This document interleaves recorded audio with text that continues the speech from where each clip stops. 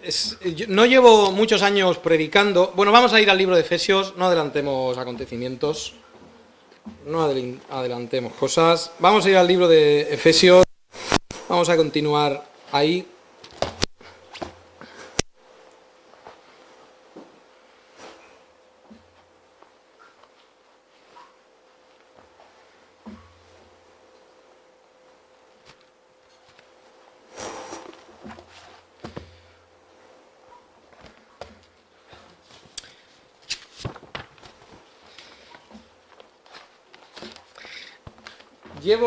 No llevo muchos años predicando, llevo unos pocos años predicando, pero tengo que decir que esta predicación es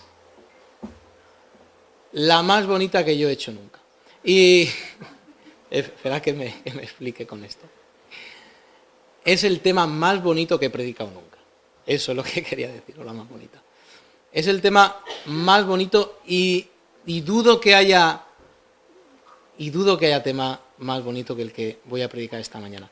Es muy bonito hablar sobre el amor, es muy bonito hablar sobre la unidad de la Iglesia, sobre preservar, como dice Efesios, preservar la unidad de la Iglesia en el vínculo de la paz. Es sobre el amor, es bonito hablar sobre lo que Cristo hace en la cruz. Todo esto son temas maravillosos para predicar. Pero hoy vamos a hablar de Cristo como centro de todo, no solo de nuestras vidas, sino Cristo como centro de todo. Cuando vamos a la carta a los Efesios, en el capítulo 1, encontramos esta frase larga. Llevamos aquí meses en estos primeros versículos, pero la realidad es que nos encantan, ¿no? Pero a que si alguien viene y te dice, te voy a contar un secreto, a que deja lo que estás haciendo y prestar un poco de atención. ¿Un secreto has dicho? Dime ese secreto que me interesa, porque los secretos, lo que no es revelado, lo que no es conocimiento de todos, tiene un aliciente de interés. Pues en el versículo 8, es lo que hemos estado viendo estas semanas. Él hizo abundar y sobreabundar, son las palabras en griego que usa, el versículo 7 y 8, para con nosotros en toda inteligencia, dándonos a conocer, y esto es lo que Él nos revela, el misterio de su voluntad. Madre mía, maravilloso que Dios nos revele cuál es su voluntad, y además siendo un misterio.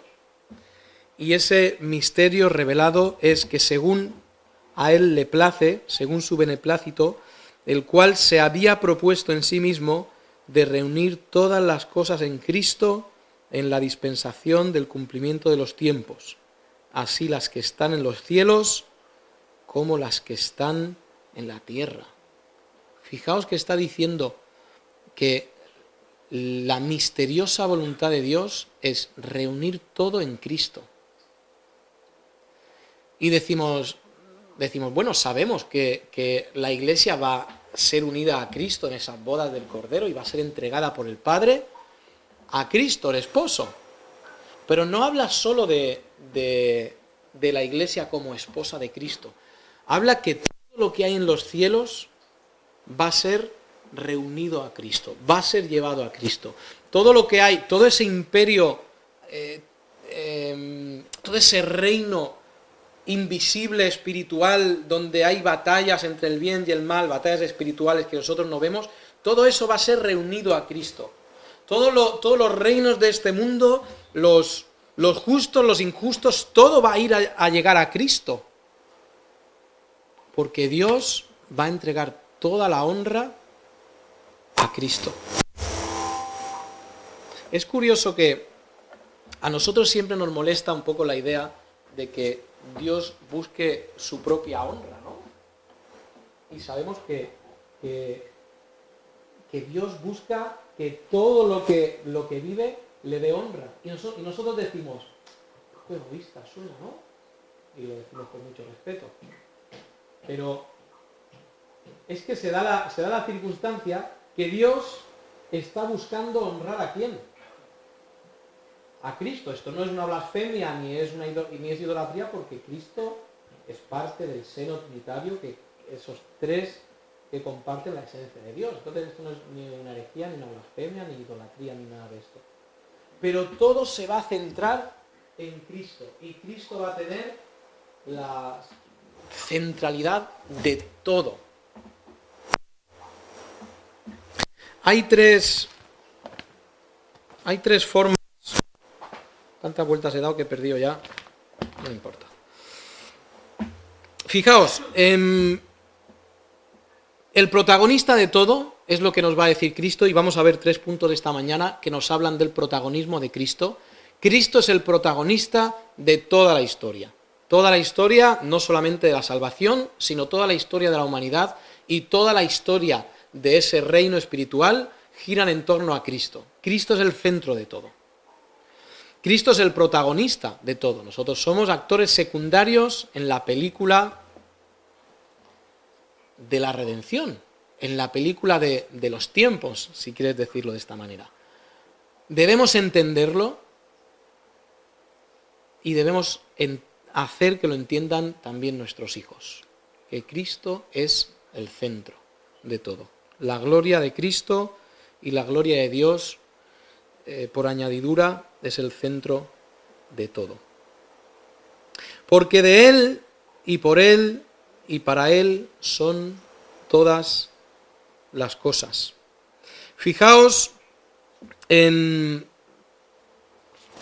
voy a empezar hablando de Cristo como el gran reconciliador. Vamos a ir a Efesios capítulo 2, vamos a ver algunos textos más.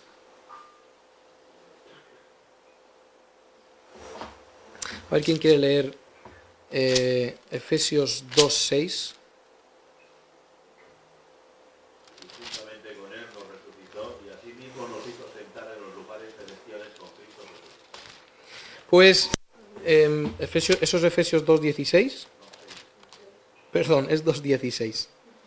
Y mediante la cruz reconciliar con Dios a ambos en un solo cuerpo, matando en ella las enemistades. Fijaos esa palabra, reconciliar, Efesios 2:16, y mediante la cruz reconciliar con Dios a ambos en un solo cuerpo. Y está hablando de que todos seremos llevados, después de ser reconciliados en Cristo, seremos reconciliados finalmente con Dios. El reconciliar es uno de los grandes temas a nivel bíblico, porque necesitamos reconciliar un problema que ocurrió en el principio de la humanidad, ¿verdad? Sí. Si en el principio de la humanidad tenemos una disputa, lo cual genera un problema que lleva sin ser solucionado o sin ser terminado todo el tiempo que viven los hombres. ¿Cuándo vamos a ser nosotros totalmente reconciliados con Dios? ¿Cuándo vamos a llegar a tener esa comunión perfecta con Dios? Y tú dices, cuando somos salvos. Yo digo, no, porque ninguno de nosotros hemos sido glorificados. Ninguno de nosotros hemos llegado a ese estado natural que tenía Adán en el principio, el cual andaba con Cristo y veía su presencia. Voy a pedir a David, ¿quieres leer Efesios 2 del 11 hasta el 16 que ha leído Ramón? Efesios 2, 11 al 16. Porque para entender lo de la reconciliación necesitamos entender eso. Por tanto, acordaos de que en otro tiempo vosotros, los gentiles, en cuanto a la carne, erais llamados sin circuncisión por la llamada circuncisión hecha con mano en la carne. En aquel tiempo estabais sin Cristo, alejados de la ciudadanía de Israel y ajenos a los pactos de la promesa, sin esperanza y sin Dios en el mundo. Pero ahora, en Cristo Jesús, vosotros, que en otro tiempo estabais lejos, habéis sido hechos cercanos por la sangre de Cristo, porque Él es nuestra paz, que de ambos pueblos hizo uno, derribando la pared intermedia de separación, aboliendo en su carne las enemistades, la ley de los mandamientos expresados en ordenanzas, para crear en sí mismo de los dos un solo y nuevo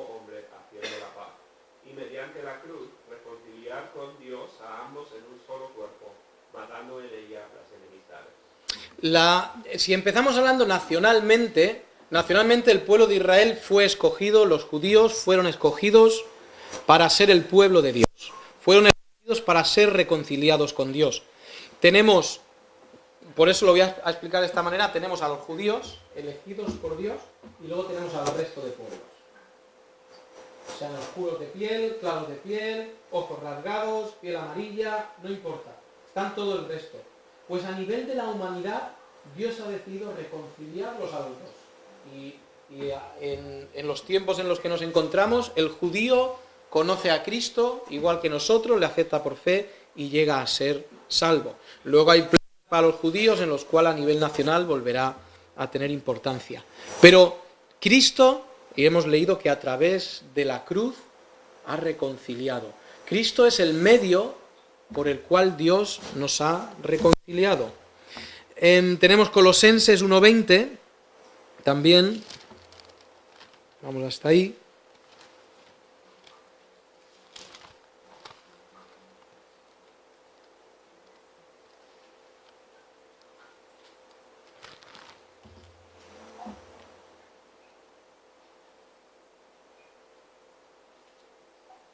¿Quién tiene Colosenses 1:20? Y por medio de él reconciliar consigo todas las cosas, así las que están en la tierra como las que están en los cielos, haciendo la paz mediante la sangre de Jesucristo. Otra vez tenemos esa palabra. Cristo reconcilia al mundo con Dios. 2 Corintios 5:18, lo puedo leer yo para ganar un poquito de tiempo. Fijaos que dice 2 Corintios 5:18. Tenemos el 5:17 que conocemos de memoria. De modo que si alguno está en Cristo, nueva criatura es. Las cosas viejas pasaron, he aquí todas son hechas nuevas. Y este plan, esta idea, proviene de Dios, quien nos reconcilió. Fijaos, Dios nos reconcilia consigo mismo a través de Cristo. Cristo es el medio por el cual nosotros somos reconciliados. Ahora, Cristo no es solamente el medio, Cristo es el origen también. Vamos a ver más tarde, el tercer punto es, Cristo es el final. De todo lo que vive el hombre, de todo lo que vive, y me voy a atrever a decir, el universo, todo es origen en Cristo, todo es el zen a través de Cristo y todo es el final en Cristo. Vamos a Romanos 9. Nos encontramos ahí una situación curiosa en Romanos 9.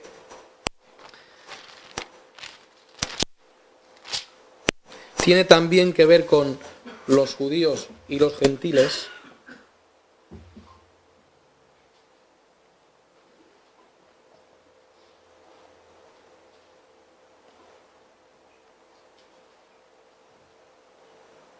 Fijaos qué dice. Dice en versículo 18. Dice, de manera, está hablando de Dios, de manera que de quien quiere tiene misericordia y al que quiere endurecer, endurece. Pero me dirás, ¿por qué? Pues sin culpa. Porque ¿quién ha resistido a su voluntad? Fijaos, seguimos leyendo del 30, ¿qué pues diremos? Que los gentiles no iban tras la justicia, que han alcanzado la justicia, es decir, la justicia que es por fe, mas Israel que iba tras una ley de justicia, no la alcanzó. Los judíos no habiendo alcanzado eso, esa justicia llega hasta nosotros a través de Cristo y Él reconcilia a los dos pueblos. Cuando seguimos mirando, vamos un poquito más adelante en Romanos, versículo 33 del capítulo 11, Romanos 11, 33.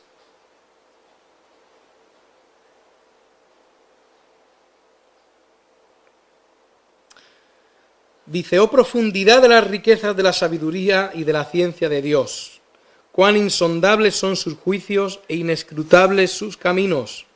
Porque ¿quién entendió la mente del Señor, o quién fue su consejero, o quién le dio a él primero para que le fuese recompensado? Fijaos este versículo, el 36, porque de él, y por él, y para Él son todas las cosas. A Él sea la gloria por los siglos. Fijaos este versículo. De Él, origen, por Él, medio o instrumento, y para Él, final u objetivo de todo. Cuando paramos a ver este versículo y lo miramos en su contexto, está hablando también de la restauración de Israel. Y fijaos que está diciendo que el pueblo judío iba a ser restaurado. Ahora, a nosotros, pues nos parece muy bien que el pueblo judío sea restaurado.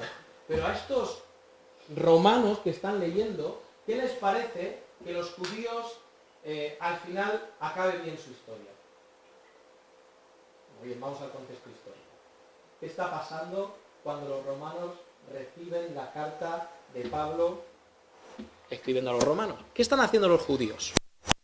Los judíos están trabajando a favor del Evangelio y apoyando a Pablo en su obra misionera y siendo de bendición y tal, ¿verdad?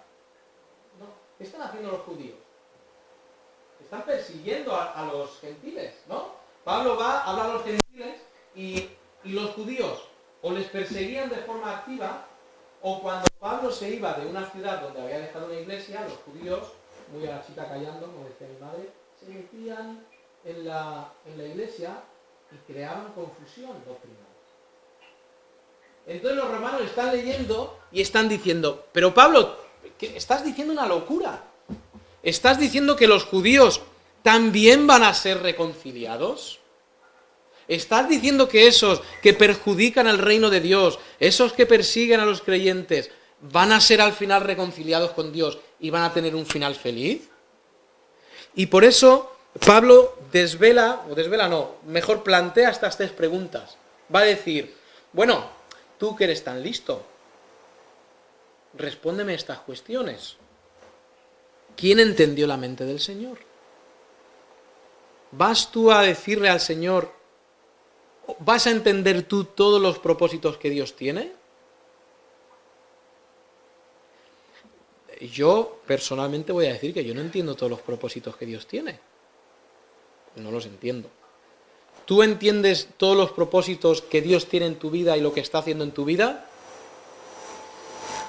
Igual sí. Pero normalmente no.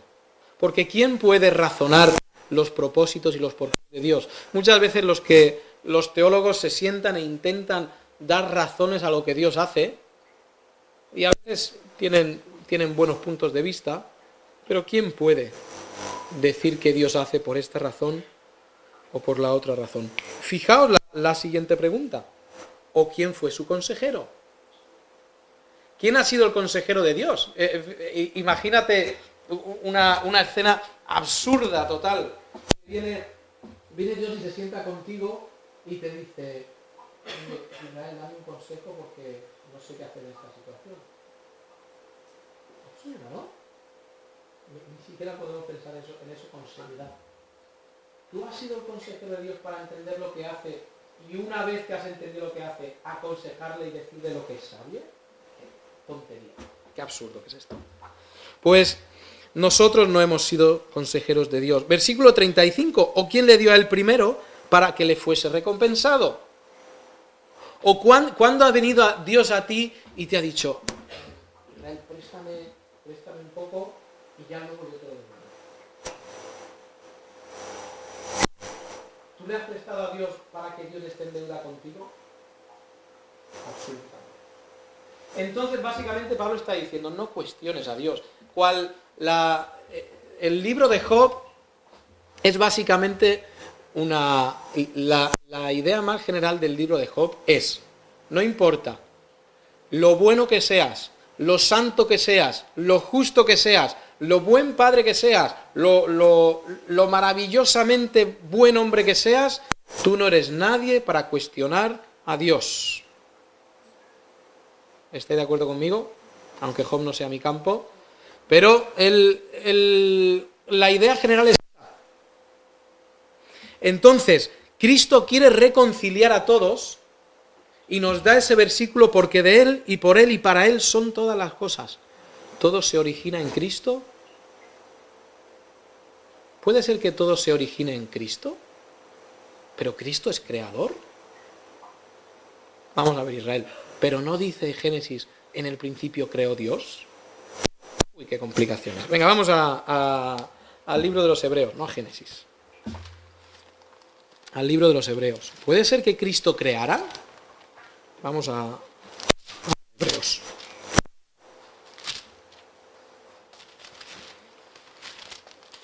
Primer capítulo de Hebreos.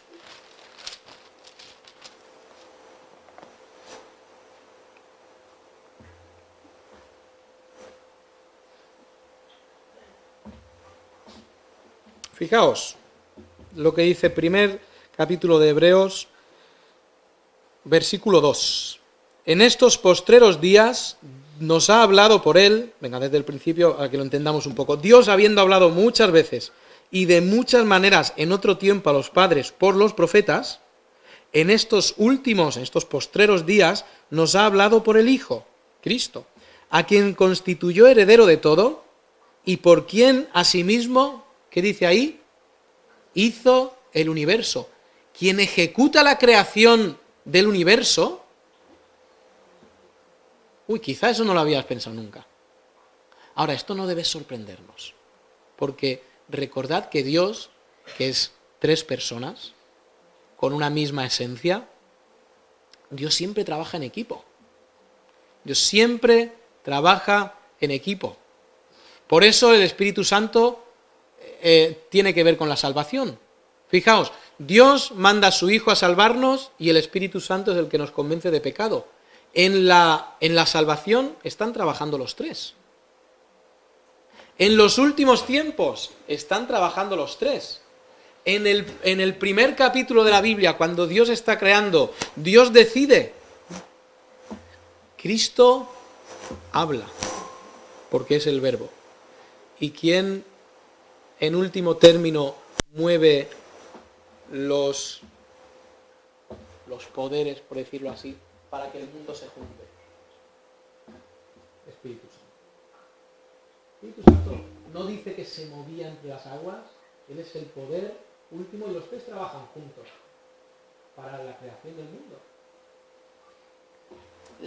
Por eso podemos decir que Cristo, a través de Él fue hecho el mundo. Se podría añadir a través del Espíritu Santo fue hecho también, y a través de Dios también. Todos trabajan juntos. Por cierto, esto es una buena lección para la iglesia de Cristo, para su esposa.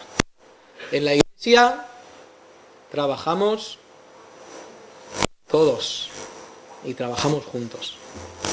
Y necesitamos que cada hermano de la iglesia, que cada persona, cada ente, cada persona trabaje con el don que Dios le ha dado. Y ese era el plan de Dios. El plan de Dios no es que una sola persona sirva a todos. No es lo que Dios hace. Dios trabaja en equipo, quiere que la iglesia trabaje siempre en equipo.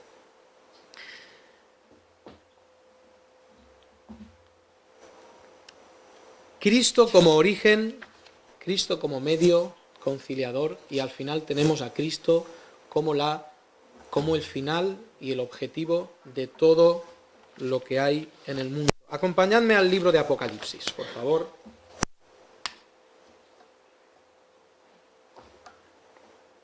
El libro de Apocalipsis es donde termina toda la enseñanza bíblica.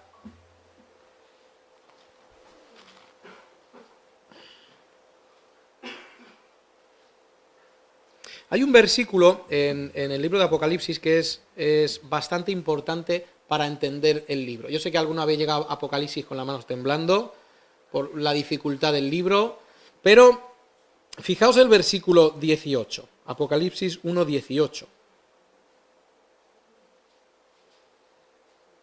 Perdón, 19. Apocalipsis 1:19. Fijaos que Cristo está hablando con Juan el mismo escritor de los evangelios, el mismo escritor de las cartas, y le está diciendo, escribe todo esto y mándalo a las diferentes iglesias. Dice, escribe las cosas que has visto y las que son y las que han de ser. ¿De acuerdo? Entonces vamos a separar en 3 partes.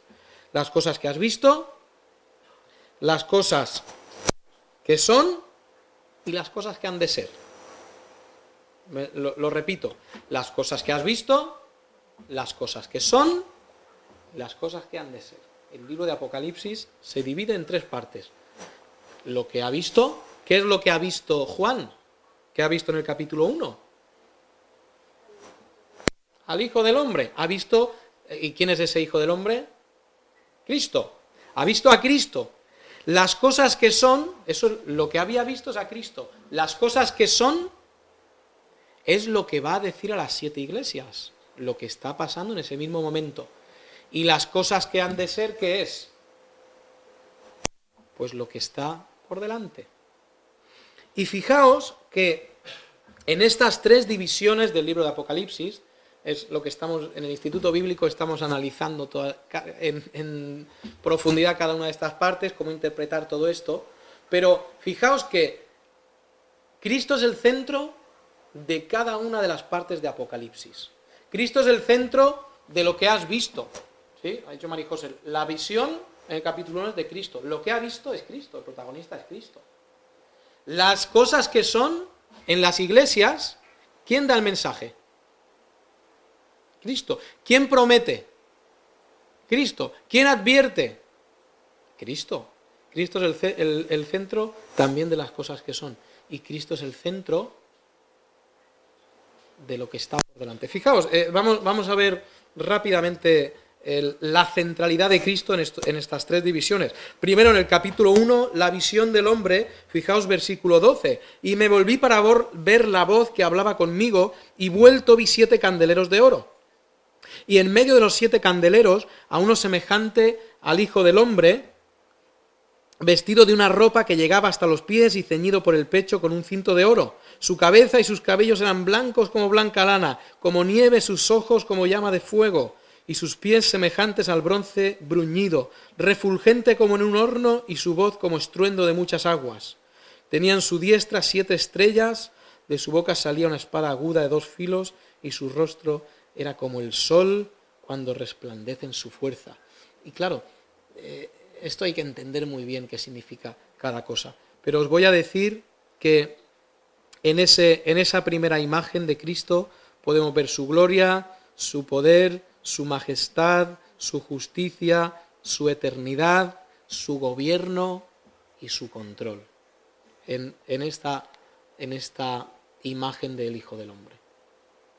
Cristo es el centro de las cosas que Juan había visto.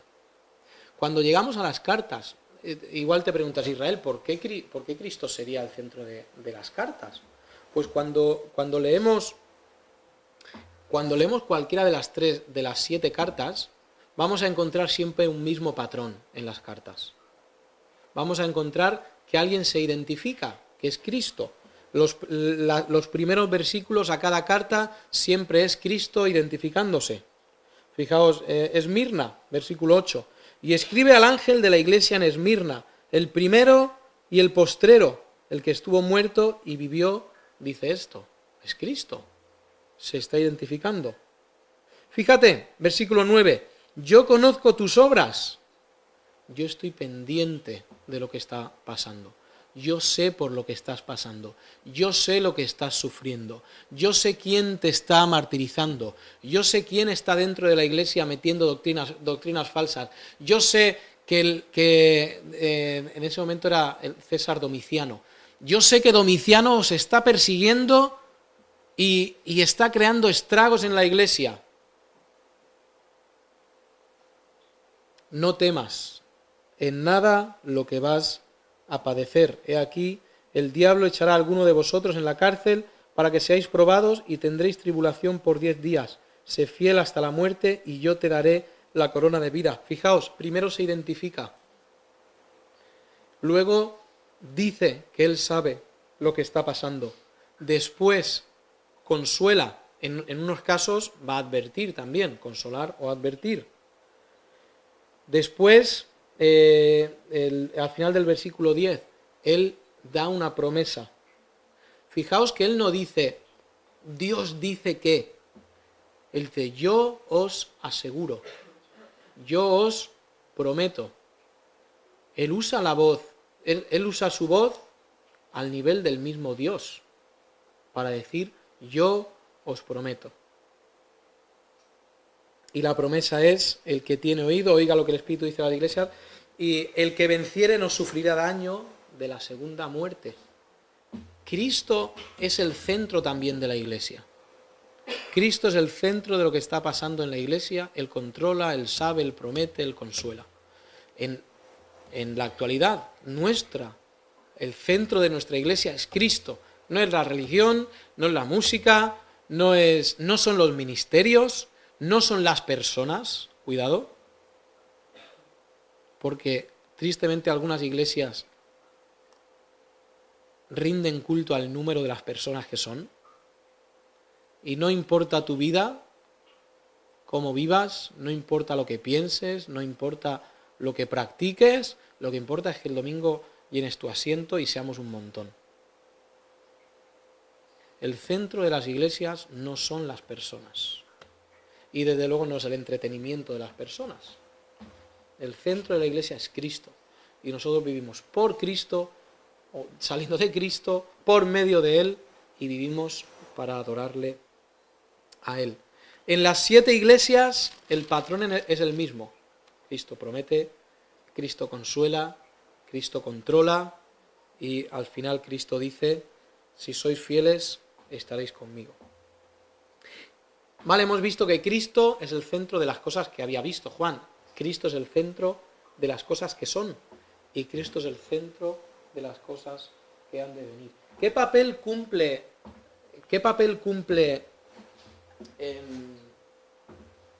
Cristo en los tiempos finales?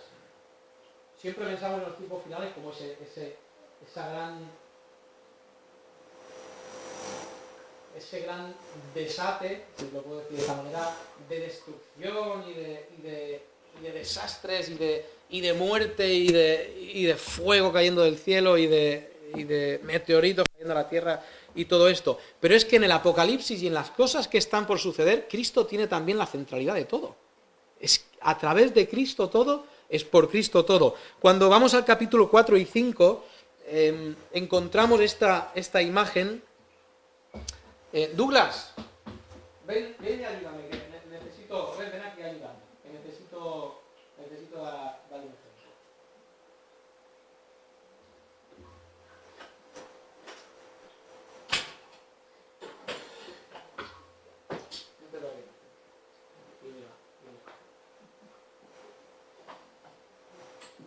Imaginad que tenemos aquí un círculo, y lo que tenemos en la adoración celestial ahí en el Apocalipsis es un círculo, y en el centro está el trono de Dios.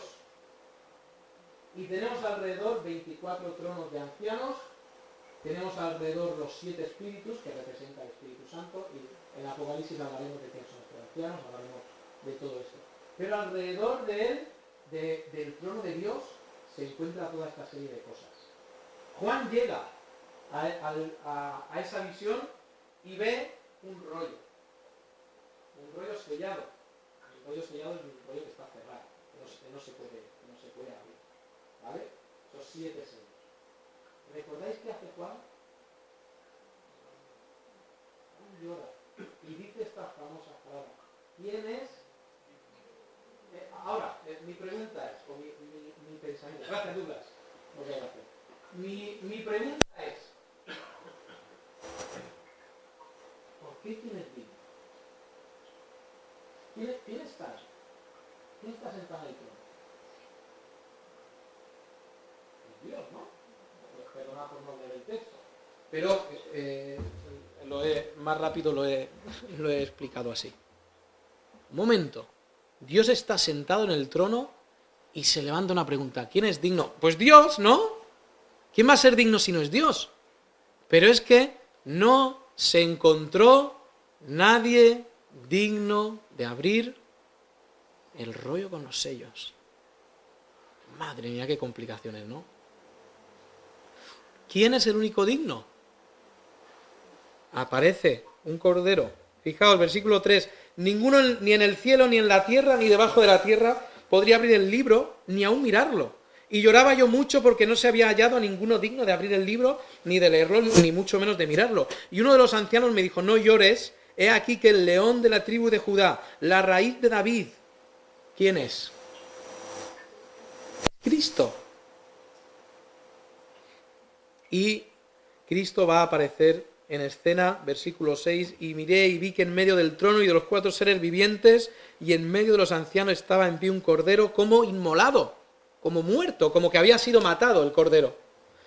Y que tenía 7 cuernos y 7 ojos, los cuales son los espíritus de Dios enviados por toda la tierra. Esto es otro tema para hablar. Y vino y tomó el libro de la mano que estaba, del libro de la mano derecha del que estaba sentado en el trono, que es Dios.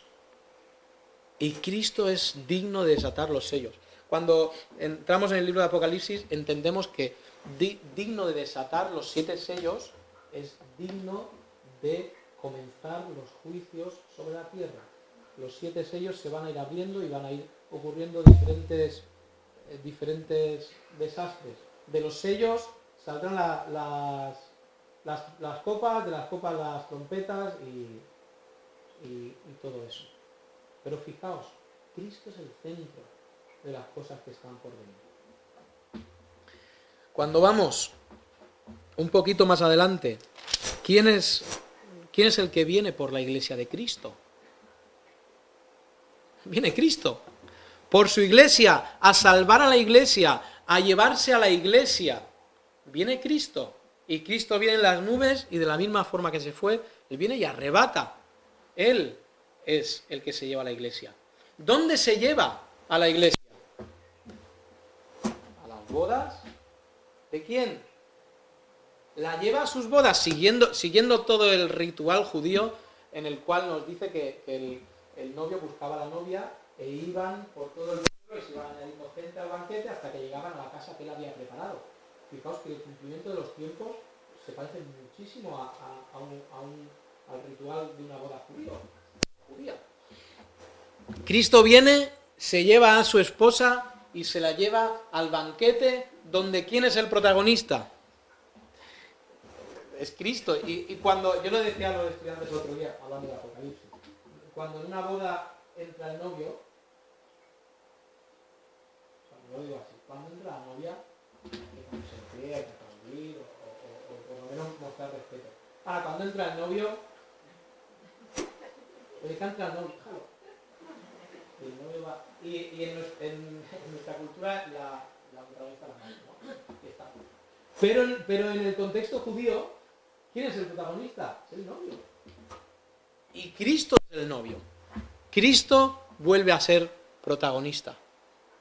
Cuando vamos al final y tenemos todos los capítulos hasta el 19, los grandes desastres que pasan en la tierra, pero llegamos al capítulo 20, al final de esos años de tribulación, Cristo baja y hace justicia y se instaura un reino, ¿verdad? Un reino que dura 1000 años. ¿Quién es el protagonista del reino? Cristo. Otra vez tenemos a Cristo como protagonista del reino. Satanás es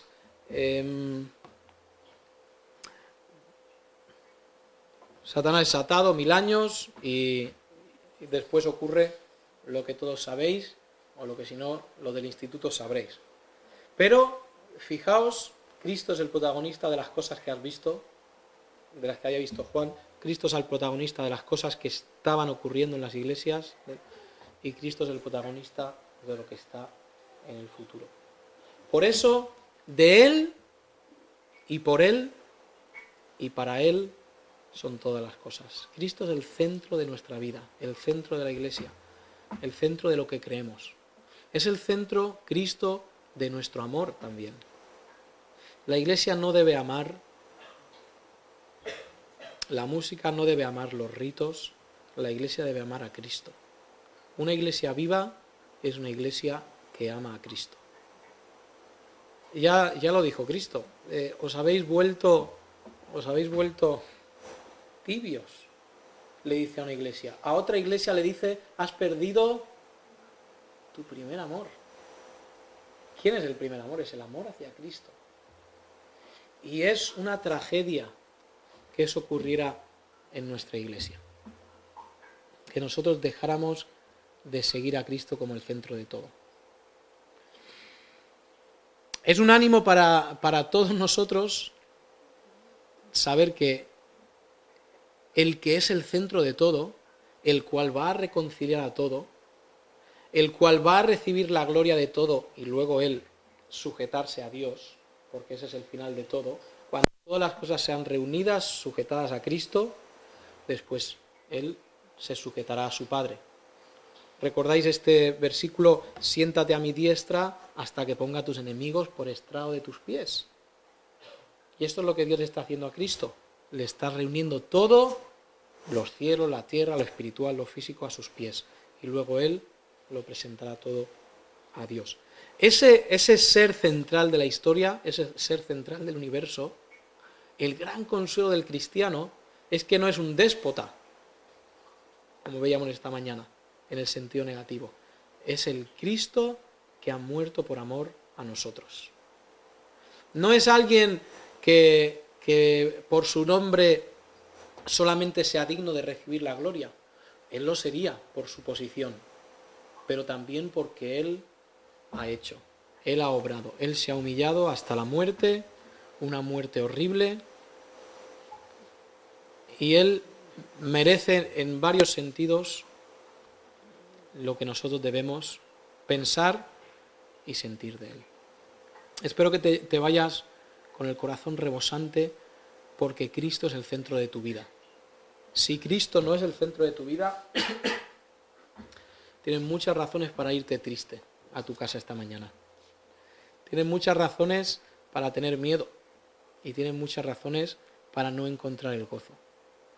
En cambio, si Cristo es el centro de tu vida, hay muchas razones para vivir gozoso. Vamos a orar.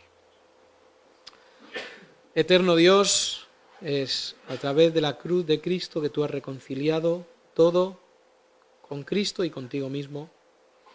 Y es por eso que levantamos alabanzas a ti y a tu plan perfecto. Gracias por el Señor Jesucristo, gracias por su vida, gracias por su obra, gracias por su amor, gracias porque descansamos en su obra, gracias porque seremos como iglesia unidos con Él en ese maravilloso desposorio en el cielo, en ese lugar glorioso, en ese lugar donde compartiremos también esa cena especial con Cristo, donde Él volverá a participar del fruto de la vid.